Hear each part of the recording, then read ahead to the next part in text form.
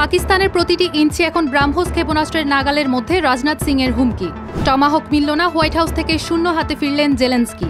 পাকিস্তানের মাটি থেকে আফগানদের চলে যেতে বললেন পাক প্রতিরক্ষামন্ত্রী। পরমাণু কর্মসূচিতে আন্তর্জাতিক নিষেধাজ্ঞা মানবে না ইরান। লেবাননে জামিন পেলেন গাদ্দাফির ছেলে হান্নিবাল, শর্ত $110 কোটি। অস্থায়ী যুদ্ধবিরতির মেয়াদ বাড়ালো পাকিস্তান আফগানিস্তান। এখনই অস্ত্র ত্যাগ করতে রাজি নয় হামাস, বলল মোহাম্মদ নাজ্জাল। চীন সরকারের ব্যাপক শুদ্ধি অভিযান, শীর্ষস্থানীয় 9 জেনারেল বরখাস্ত। বেরিং প্রণালীতে পুতিন ট্রাম্প রেলপথের প্রস্তাব রাশিয়ার ঠিকাদার ইলন মাস্ক। আফগান পাকিস্তান উত্তেজনা প্রশমনে সহায়তার প্রস্তাব দিল ইরান। নিকাব নিষিদ্ধে পার্লামেন্টে বিল পাশ করল পর্তুগাল। ভারত ও তালেবান সরকারকে সতর্ক করলেন পাকিস্তানের সেনাপ্রধান। সম্ভাব্য তৃতীয় বিশ্বযুদ্ধের আশঙ্কায় খাদ্য মজুদের ঘোষণা সুইডেনের। প্রতারণার অভিযোগে কম্বোডিয়ায় আটক 60 দক্ষিণ কোরিয়ার নাগরিক দেশে ফিরলেন। পাকিস্তানি ভূখণ্ডের প্রতিটি ইঞ্চি এখন ভারতের ব্রাহ্মস ক্ষেপণাস্ত্রের নাগালের মধ্যে, এমন হুমকি দিয়েছেন ভারতের প্রতিরক্ষামন্ত্রী রাজনাথ সিং। তিনি বলেন, অপারেশন সিঁদুরে যা ঘটেছিল তা কেবল একটি ট্রেলার ছিল, কিন্তু সেই ট্রেলারটি পাকিস্তানকে বুঝতে সাহায্য করেছিল যে ভারত যদি এটির জন্ম দিতে পারে তাহলে তারা আর কি করতে পারে। তার মতে ব্রাহ্মস কেবল একটি ক্ষেপণাস্ত্র নয়, বরং ভারতের ক্রমবর্ধমান দেশীয় ক্ষমতার প্রতীক। গতি, নির্ভুলতা এবং শক্তির এই সমন্বয় ব্রাহ্মসকে বিশ্বের সেরা ক্ষেপণাস্ত্রগুলোর মধ্যে একটি করে তুলেছে। রাজনাথ জানান, 1 মাসে ব্রাহ্মস টিম প্রায় 4000 কোটি টাকার চুক্তি স্বাক্ষর করেছে এবং আগামী বছরগুলোতে লখনৌ আন্তর্জাতিক প্রতিরক্ষা প্রযুক্তির কেন্দ্র হবে।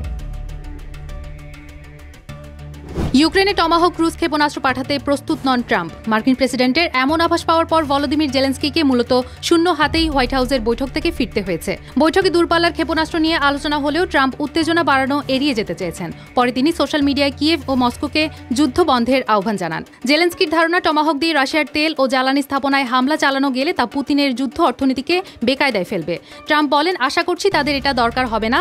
টমাহকের কথা ভাবা ছাড়াই আমরা যুদ্ধ শেষ করতে পারবো বলে আশা করছি, এমনটাই বলেছেন মার্কিন প্রেসিডেন্ট। এই ক্রুজ ক্ষেপণাস্ত্রটি যুক্তরাষ্ট্রের বেশি দরকার বলেও মন্তব্য করেছেন তিনি।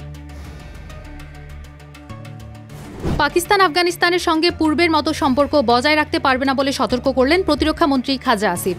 তিনি বলেন, পাকিস্তানের মাটিতে বসবাসকারী আফগানদের তাদের দেশে ফিরে যেতে হবে। আসিফ কটাক্ষ করে আরও বলেন, আত্মমর্যাদাশীল জাতি কখনো বিদেশি ভূমি এবং সম্পদের উপর নির্ভরশীল হয় না। কাবুলের শাসকরা ভারতের সঙ্গে মিলে পাকিস্তানের বিরুদ্ধে ষড়যন্ত্র করছে, এমন অভিযোগ করে আসিফ সতর্ক করেন, সন্ত্রাসবাদের উৎস যেখানেই থাকুক না কেন তাকে চরম মূল্য দিতে হবে। তিনি আরও জানান, আফগানিস্তানের শান্তি ও অনুপ্রবেশ প্রতিরোধে পাকিস্তানের প্রচেষ্টার 5 বছরে 10,347 হামলায় 3,844 জন নিহত হয়েছে। এছাড়া আফগান তালেবানদের আগ্রাসনের ক্ষেত্রে পাকিস্তান আত্মরক্ষার জন্য প্রস্তুত। পরমাণু কর্মসূচিতে কোনো আন্তর্জাতিক নিষেধাজ্ঞা মানবে না বলে ঘোষণা দিয়েছে ইরান। 2015 সালে স্বাক্ষরিত ঐতিহাসিক পরমাণু চুক্তির 10 বছরের মেয়াদ শেষ হওয়ার দিনে এ ঘোষণা দিয়েছে দেশটি। তবে ইরানের পররাষ্ট্র মন্ত্রণালয় জানায়, তারা এখনও কূটনৈতিক সমাধানে অঙ্গীকারবদ্ধ। সম্প্রতি এক বিবৃতিতে মন্ত্রণালয় জানায়, এখন থেকে চুক্তির সব ধারা, যার মধ্যে রয়েছে কর্মসূচির উপর আরোপিত সীমাবদ্ধতা ও পর্যবেক্ষণ ব্যবস্থা, সবই বাতিল বলে গণ্য হবে। 2018 সালে মার্কিন প্রেসিডেন্ট ডোনাল্ড ট্রাম্প একতরফাভাবে চুক্তি থেকে সরে যাওয়ার পর থেকেই ইরান ধীরে ধীরে তার বাধ্যবাধকতা থেকে পিছিয়ে আসে। সাম্প্রতিক মাসগুলোতে ইউরেনিয়াম সমৃদ্ধকরণ বাড়ানোয় পশ্চিমা দেশগুলোর সঙ্গে নতুন উত্তেজনা তৈরি হয়েছে। প্রায় 1 দশক পর লিবিয়ার প্রয়াত নেতা মুয়াম্মার গাদ্দাফির কনিষ্ঠ পুত্র হান্নিবাল গাদ্দাফি অবশেষে লেবাননে জামিন পেয়েছেন। তবে জামিন কার্যকর করতে তাকে দিতে হবে $110 কোটি টাকার সমপরিমাণ অর্থ। একই সঙ্গে আদালত তার উপর দেশ ত্যাগের নিষেধাজ্ঞাও জারি করেছে।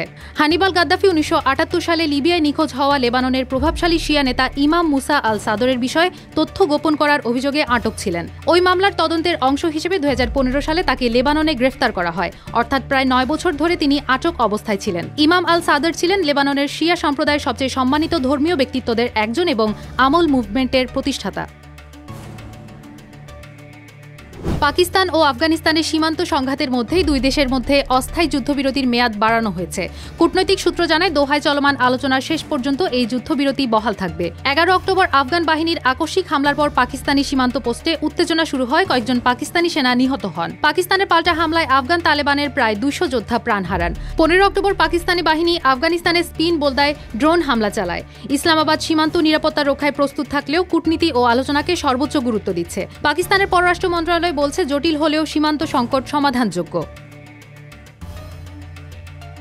ফিলিস্তিনের সশস্ত্র গোষ্ঠী হামাস এখনই অস্ত্র ত্যাগ করতে রাজি নয় বলে জানিয়েছেন গোষ্ঠীটির রাজনৈতিক ব্যুরোর সদস্য মোহাম্মদ নাজ্জাল। তিনি জানান, এই মুহূর্তে তাদের মূল লক্ষ্য গাজা পুনর্গঠন করা।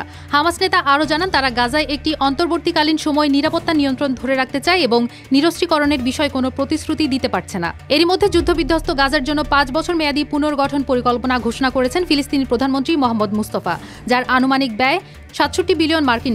এই প্রকল্পে ১৮টি খাতের ৫৬টি উপপ্রোগ্রাম অন্তর্ভুক্ত থাকবে, যার মধ্যে রয়েছে আবাসন, সামাজিক সেবা ও অবকাঠামো। চীনের কমিউনিস্ট পার্টি সামরিক বাহিনীতে বিশাল শুদ্ধি অভিযান শুরু করেছে। একই সঙ্গে ৯ শীর্ষ জেনারেলকে বরখাস্ত করেছে দেশটি। চীনের প্রতিরক্ষা মন্ত্রণালয় জানায়, তারা গুরুতর আর্থিক অপরাধে অভিযুক্ত এবং সামরিক আদালতের বিচারভুক্ত হবেন। বরখাস্তকৃতদের মধ্যে হে ওয়েইডং ছিলেন শি জিনপিং এর পরে সামরিক বাহিনীর দ্বিতীয় সর্বোচ্চ কর্মকর্তা এবং পলিট ব্যুরোর সদস্য। অন্যরা হলেন মিয়াও হুয়া, হে হংজুং, ওয়াং শিওবিন, লিন জিয়াংয়াং, কিন শুতং, ইউয়ান হুয়াজি, ওয়ান হুয়োবিং ও ওয়াং চুননিং। বিশ্লেষকরা মনে করছেন এটি রাজনৈতিক শুদ্ধি ও ক্ষমতা প্রদর্শনের অংশ। ২০ অক্টোবর কেন্দ্রীয় কমিটির পূর্ণাঙ্গ অধিবেশনের আগে এই বরখাস্ত অভিযান নতুন জল্পনা সৃষ্টি করেছে। রাশিয়া ও যুক্তরাষ্ট্রের মধ্যে ঐক্যের প্রতীক হিসেবে বেরিং প্রণালীর নিচ দিয়ে বিশাল এক রেল টানেল নির্মাণের প্রস্তাব দিয়েছেন ক্রেমলিনের রুশ কূটনৈতিক কিরিল দিমিত্রিয়েভ। প্রস্তাবিত পুতিন ট্রাম্প টানেল হবে ১১২ কিলোমিটার দীর্ঘ, খরচ হবে প্রায় $৮ বিলিয়ন এবং ৮ বছরের মধ্যে এটি নির্মাণ সম্ভব হবে বলে দাবি করা হয়েছে। দিমিত্রিয়েভ ইলন মাস্কের দ্য বোরিং কোম্পানিকে ঠিকাদার হিসেবে প্রস্তাব দিয়েছেন। টানেলটি রাশিয়ার চুকচা অঞ্চল ও আলাস্কাকে সংযুক্ত করবে। আর এই পথের মাঝখানেই আছে রাশিয়ার বিগ ডায়োমিড ও যুক্তরাষ্ট্রের লিটল ডায়োমিড নামের দুটি ছোট দ্বীপ। এই দুই মহাদেশকে রেল সংযোগে যুক্ত করার এই ধারণা অন্তত ১৫০ বছরের পুরনো। বিশ্লেষকরা বলেন, নির্মাণ ছাড়াও উভয় প্রান্তে অবকাঠামো উন্নয়নের জন্য বিপুল ব্যয় প্রয়োজন।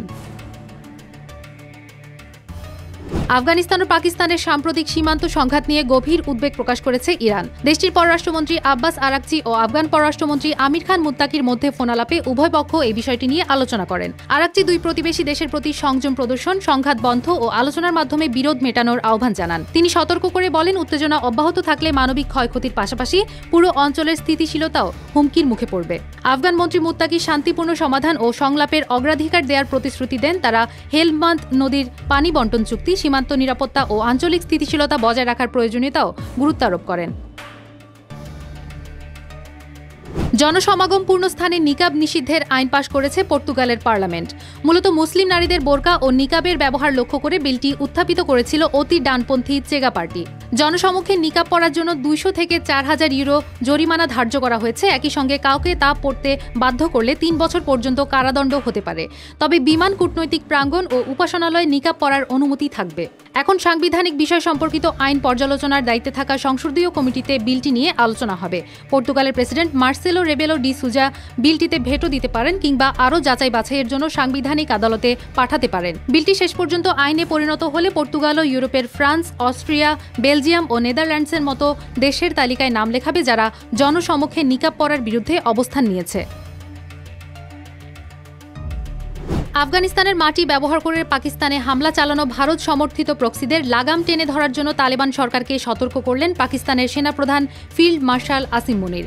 অ্যাবোটাবাদের পাকিস্তান মিলিটারি একাডেমির ভাষণে তিনি বলেন, আফগান জনগণকে সহিংসতার বদলে শান্তি ও নিরাপত্তা বেছে নিতে হবে। মুনির সতর্ক করেছেন, যদি হামলা অব্যাহত থাকে তবে প্রক্সিদের বিরুদ্ধে দৃঢ় ও তাৎক্ষণিক ব্যবস্থা নেওয়া হবে। তিনি বলেন, আমি ভারতের সামরিক নেতৃত্বকে পরামর্শ দিচ্ছি এবং দৃঢ়ভাবে সতর্ক করছি, পারমাণবিক পরিবেশে যুদ্ধের কোনো স্থান নেই। আমরা কখনোই আপনার বক্তব্যে ভীত বা বাধ্য হব না। কোনো দ্বিধা ছাড়াই সামান্য উস্কানির ক্ষেত্রেও মাত্রা ছাড়িয়ে সিদ্ধান্তমূলকভাবে জবাব দেব। রুশ বাহিনী যে গতিতে ইউক্রেনে অগ্রসর হচ্ছে তা অব্যাহত থাকলে ২০২৫ বা ২০২৬ সালের মধ্যে তৃতীয় বিশ্বযুদ্ধের সম্ভাবনা দেখা দিতে পারে বলে আশঙ্কা করছে সুইডেন। এই সম্ভাব্য পরিস্থিতিতে নাগরিকদের খাদ্য নিরাপত্তা নিশ্চিত করতে সুইডেন $৫,৭০,০০,০০০ বরাদ্দে খাদ্য মজুদের ঘোষণা দিয়েছে। ২০২৬ থেকে ২০২৮ সালের মধ্যে দেশজুড়ে গুদাম তৈরি করে প্রতিদিন ন্যূনতম ৩,০০০ ক্যালোরি খাদ্য সরবরাহ নিশ্চিত করা হবে। পাশাপাশি নাগরিকদের যুদ্ধকালীন পরিস্থিতিতে পরিচালনার প্রশিক্ষণ শুরু করবে বলে জানিয়েছে ফিনল্যান্ড। এদিকে বিষয়টি সমালোচনা করে রাশিয়া বলছে, পশ্চিমা দেশগুলো অতিরিক্ত রুশ বিরোধী হিস্টেরিয়ায় ভুগছে। খাদ্য মজুদ ও নাগরিকদের বিশেষ প্রশিক্ষণের ব্যাপারটিও সেই হিস্টেরিয়ার অংশ। কম্বোডিয়ার সাইবার প্রতারণার অভিযোগে আটক ৬০ জন দক্ষিণ কোরীয় নাগরিক ১৮ অক্টোবর দেশে ফিরেছেন। দক্ষিণ কোরিয়ার পররাষ্ট্র মন্ত্রণালয় জানায়, মোট ৬৪ জন দক্ষিণ কোরিয়ার নাগরিককে দেশে ফিরিয়ে আনা হয়েছে। তাদের বেশিরভাগই তদন্তের মুখোমুখি হতে পারে। সম্প্রতি কম্বোডিয়ার প্রতারণা চক্রে কাজ করতে গিয়ে এক দক্ষিণ কোরীয় শিক্ষার্থীর মৃত্যুর ঘটনায় দেশজুড়ে উদ্বেগ দেখা দেয়। এরপরই আটক নাগরিকদের মুক্তির জন্য নমপেনে সরকারি কর্মকর্তা পাঠায় দক্ষিণ কোরিয়া সরকার। দেশটির জাতীয় নিরাপত্তা উপদেষ্টা উই সাংলাক জানিয়েছেন, বর্তমানে কম্বোডিয়ার বিভিন্ন স্ক্যাম সেন্টারে অন্তত ১,০০০ দক্ষিণ কোরীয় নাগরিক সহ ২ লাখেরও বেশি বিদেশি জড়িত বলে ধারণা করা হচ্ছে।